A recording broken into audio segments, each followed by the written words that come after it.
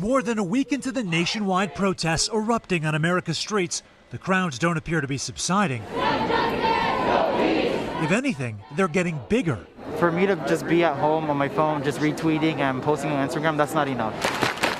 Throngs of people standing shoulder to shoulder from downtown LA to the nation's capital, demanding an overhaul in policing, and all in the midst of a pandemic. I worry terribly about the peaceful protests. I see some wearing masks. I see some others not wearing masks. Dr. Deborah Birx promising to work with mayors to expand COVID testing for protesters.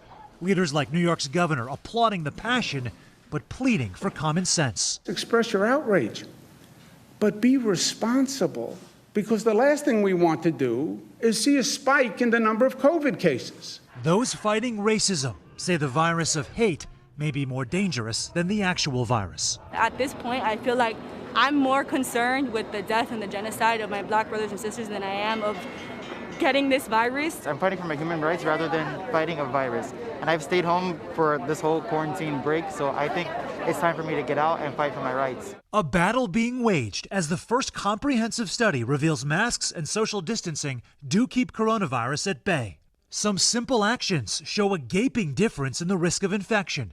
3% if you're wearing a mask, about 17% if you're not. A 2.5% risk if you're keeping at least 3 feet of distance from someone else, spiking to almost 13% if you don't. As the chants in Miami continue, there's probably about 200 to 300 people out here right now. Most of them are wearing masks.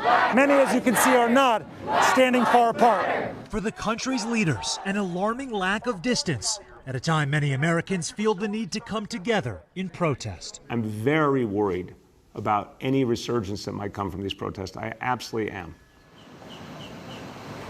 And in troubling irony, it is communities of color that are disproportionately impacted by the coronavirus. Georgia's governor just announcing that starting next week, he's arranging COVID-19 testing for law enforcement and for demonstrators.